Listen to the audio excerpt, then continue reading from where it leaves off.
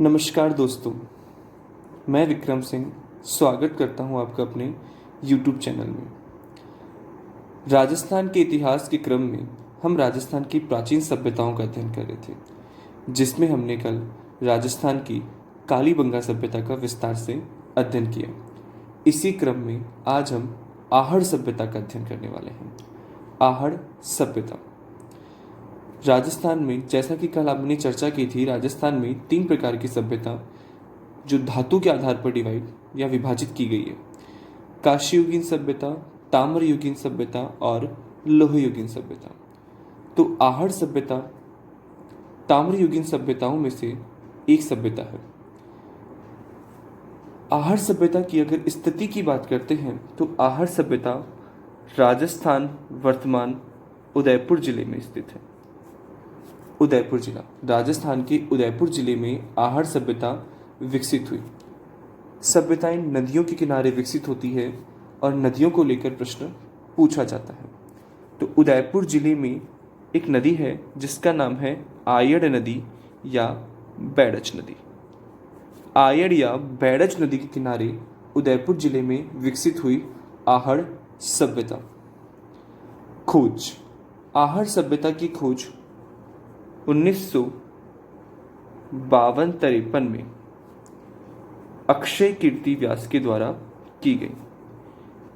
एक व्यक्ति जिनका नाम है अक्षय कीर्ति व्यास 1952-53 में अक्षय कीर्ति व्यास के द्वारा आहड़ सभ्यता की खोज की गई।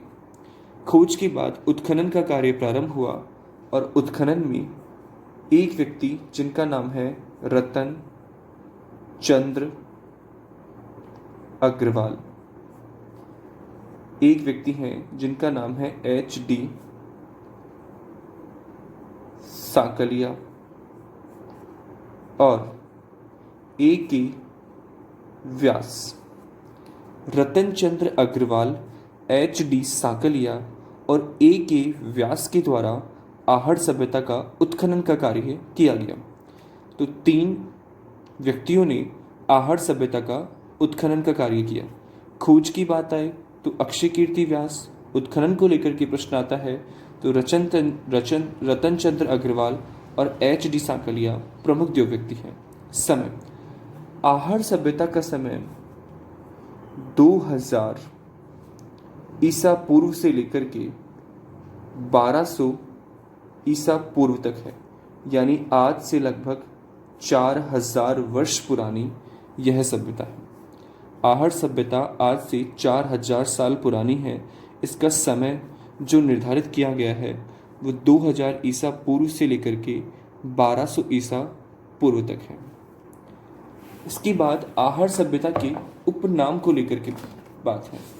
आहड़ सभ्यता के बहुत सारे उपनाम हैं या अन्य नाम। आहड़ सभ्यता का एक नाम है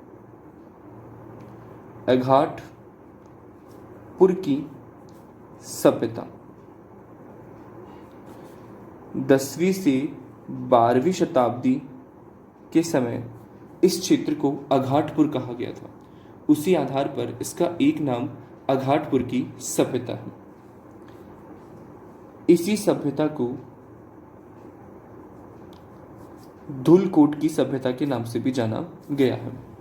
रेत के टीले को धुलकोट कहते हैं और इसी क्षेत्र को धुलकोट कहा गया जहाँ पर आहड़ सभ्यता मिली, तो इसका एक नाम है धुलकोट की सभ्यता। खुदाई में हमें बड़े बड़े मृद भांड मिले, इसीलिए इसे बड़े मृद भांडों की सभ्यता के नाम से भी जाना गया है। अघाटपुर की सभ्यता, धुलकोट की सभ्यता, बड़े मृद भांडों की सभ्यता के नाम से आहड़ सभ्यता को जाना गया। इसी क्रम में इसका एक अन्य नाम है कोट व गोरे की सभ्यता। कोट व गोरे की सभ्यता, यहाँ कोट व गोरे से तात्पर्य है अनाज रखने के मृद भांडों को कोट व गोरा कहा गया, इसलिए इस सभ्यता को कोट व गोरे की सभ्यता के नाम से भी जाना गया। इसी सभ्यता को ताम्रवती नगरी नाम दिया गया है।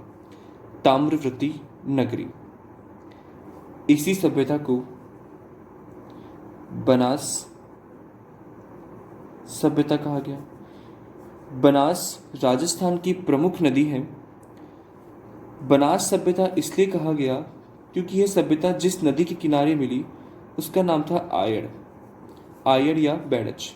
आयड़ नदी बनास नदी की सहायक नदी है, इसीलिए इस सभ्यता को बनास सभ्यता के नाम से भी जाना गया है।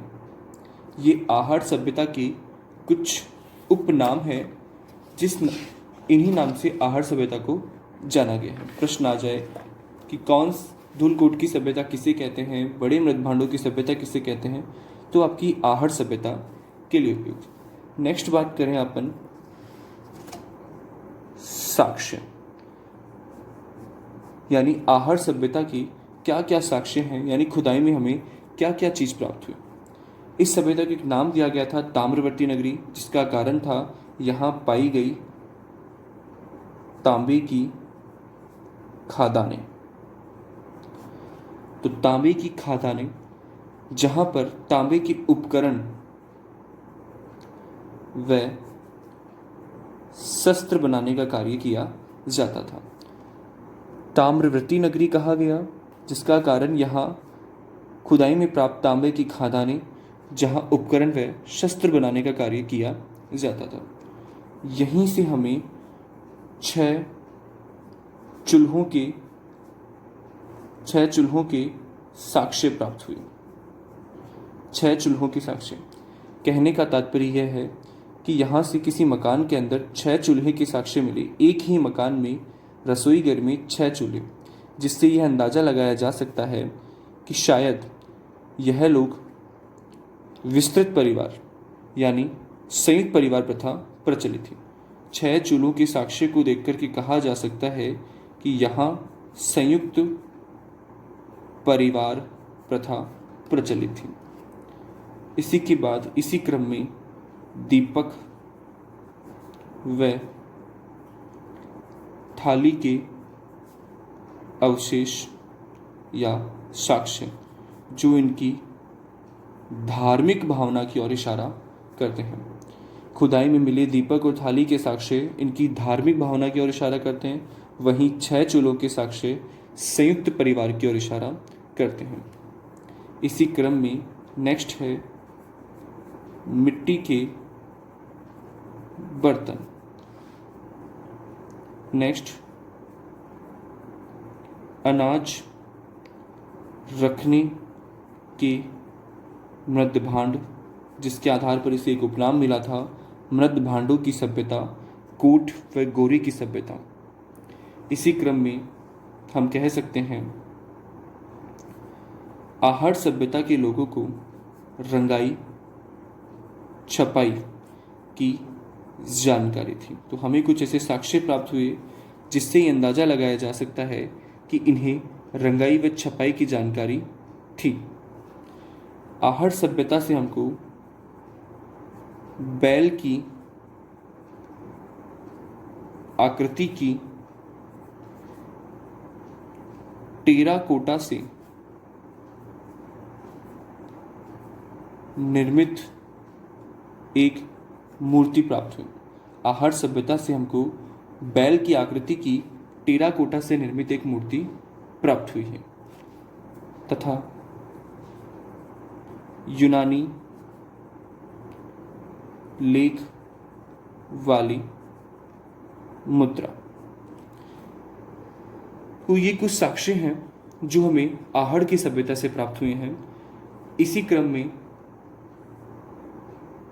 आहड़वासी कृषि के लिए, या हम कह सकते हैं कि यहाँ से ज्वार व चावल की कृषि के साक्ष्य प्राप्त हुए। ज्वार व चावल की तो साक्ष्य या खुदाई में प्राप्त तांबे की खादानें, 6 चूल्हे के साक्ष्य जो संयुक्त परिवार की ओर इशारा करते हैं, दीपक व थाली के अवशेष जो इनकी धार्मिक भावना की ओर इशारा करते हैं, मिट्टी के बर्तन, अनाज रखने की मृदभांड, रंगाई छपाई की जानकारी नहीं थी, बैल की आकृति की टेराकोटा से निर्मित एक मूर्ति, यूनानी लेख वाली मुद्राएं जो इनके व्यापार की ओर इशारा करती है। नेक्स्ट है ये ज्वार व चावल की कृषि के साक्ष्य। इसी क्रम में अपन बात करें तो आहड़ सभ्यता के लोग अपने मकानों का निर्माण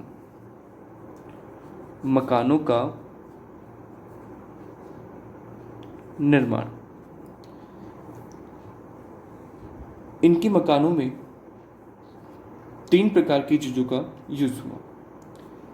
सबसे पहले नींव, उसके बाद मकान की दीवार, दीवार के बाद मकान की छत। मकान की नींव, मकान की दीवार और मकान की छत। नीचे वाला हिस्सा जिसे हम नींव कह सकते हैं, बीच वाला हिस्सा दीवार और ये वाला हिस्सा छत। नींव का निर्माण आहड़ वासियों ने पत्थरों से किया था। नींव के निर्माण में आहड़ वासियों ने पत्थरों का प्रयोग किया।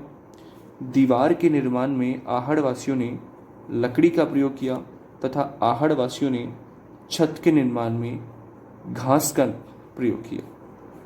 तो इनकी छत घास फूस से बनी होती थी, दीवार लकड़ी से तथा नींव इनके द्वारा पत्थरों की बनाई गई। आहड़ वासियों के मकानों की नींव पत्थरों से निर्मित थी। इसी क्रम में आगे चलते हैं। आहड़ सभ्यता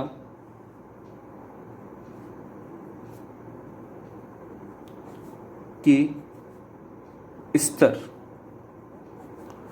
आहड़ सभ्यता 3 स्तर, यानी कि 3 स्तर की जानकारी हमें आहड़ सभ्यता से प्राप्त होती है। प्रथम स्तर, द्वितीय स्तर और तृतीय स्तर, फर्स्ट, सेकंड, थर्ड। प्रथम स्तर की बात करें तो स्टफिक पत्थर या स्टफिक पत्थरों की अधिकता थी। तो प्रथम स्तर पर स्टफिक पत्थरों की अधिकता थी, जिससे इन्होंने औजार का निर्माण किया।